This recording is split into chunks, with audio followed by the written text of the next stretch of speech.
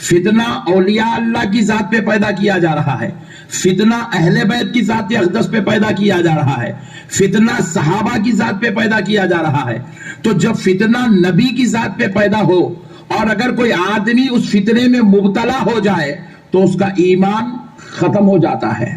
وہ رہتا داڑھی والا لیکن مسلمان نہیں رہتا، وہ پہنتا ٹوپی مگر مومن نہیں رہتا، وہ پڑھتا نماز مگر قبول نہیں ہوتی۔ تو اس لیے ایسے دور میں جب امت مسلمہ کے درمیان اللہ ہم گناہگاروں کو بھیجتا ہے تو ہماری یہ ذمہ داری بنتی ہے، یہ فرض بنتا ہے، یہ واجب ہم پر ہوتا ہے کہ امت کو ان فتنوں سے آگاہ کرے جو فتنہ امت کے ایمان کی ہلاکت کا سبب بن گیا ہے۔ تو اسی لیے آج کل یہ لوگ بازو والے پہچانتے نا، بازو والے،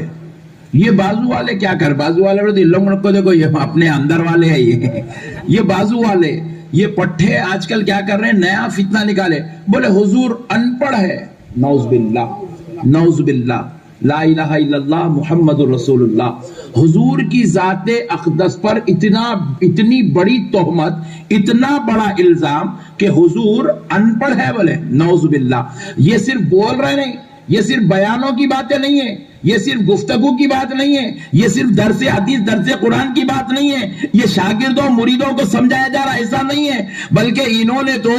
اپنی کتاب جو یہ روزانہ فجر کی نماز کے بعد عصر کی نماز کے بعد جو کتاب کھول کے مسجدوں میں بیٹھتے ہیں، پکڑ پکڑ کے لوگوں کو سناتے ہیں، اس کتاب کے اندر ایک باب ہے، اس کا نام ہے دعوت و تبلیغ۔ اس باب میں قرآنی آیات لکھی ہوئی ہے، پہلے ان آیات میں دوسرے نمبر پر جو آیت لکھی ہوئی ہے، اس آیت کا اگر آپ ترجمہ پڑھیں گے تو قرآن کی آیت کا نعوذ باللہ اتنے بدترین طریقے سے ترجمہ کیا گیا کہ انہوں نے یوں ترجمہ کیا، ہم نے عرب کے انہی ان پڑھوں میں سے ایک ان پڑھ کو نبی بنایا،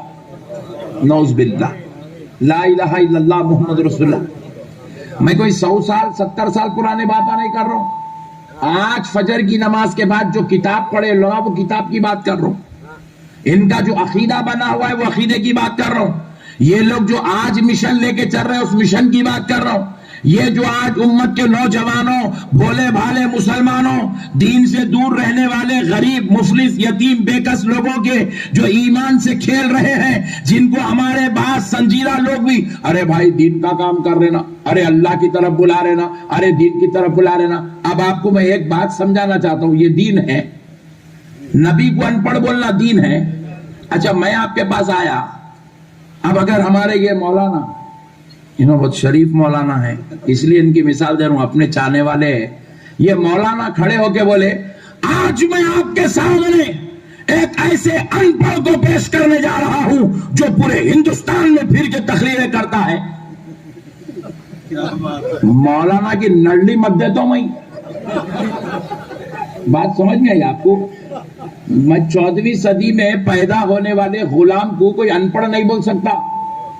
بولو سبحان اللہ۔ میں آپ کو بول رہا ہوں اے ان پڑھ ادھر آ،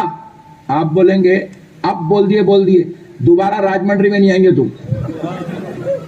بات سمجھ میں آ رہی؟ نہ آپ یہ لفظ سننا پسند کرتے ہیں نہ میں یہ لفظ سننا پسند کرتا ہوں۔ تو پیارے دوستو، جو لفظ 14ویں صدی میں آنے والے غلاموں کے لیے انسلٹ کا سبب بنا ہوا ہو، بے عزتی کا سبب بنا ہوا ہو، ذلت کا سبب بنا ہوا ہو، ان پڑھ لفظ کسی مولوی کو نہیں بولا جا سکتا، ان پڑھ لفظ کسی انجینئر کو نہیں بولا جا سکتا، ان پڑھ لفظ کسی عالم کو نہیں بولا جا سکتا، ان پڑھ لفظ کسی ڈاکٹر کو نہیں بولا جا سکتا، تو پھر نعوذ باللہ ذرا سوچو، جب کسی ڈاکٹر کو، انجینئر کو، عالم کو، مولانا کو یہ لفظ کہہ دے تو اس کی انسلٹ ہے، اس کی بے عزتی ہے، اس کی ذات پہ ایک بہت بڑا حملہ ہے۔ تو پھر سوچو، جب 14ویں صدی کا غلام یہ لفظ کے لائق نہیں ہے، پھر اللہ نے جسے نبیوں کا سردار بنایا ہے، اللہ نے جسے اپنا حبیب بنایا ہے، اللہ ہوگا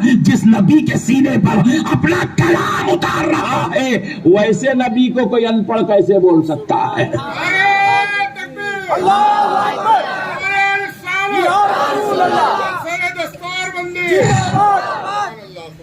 نعوذ باللہ حضور کو ان پڑھ کہا.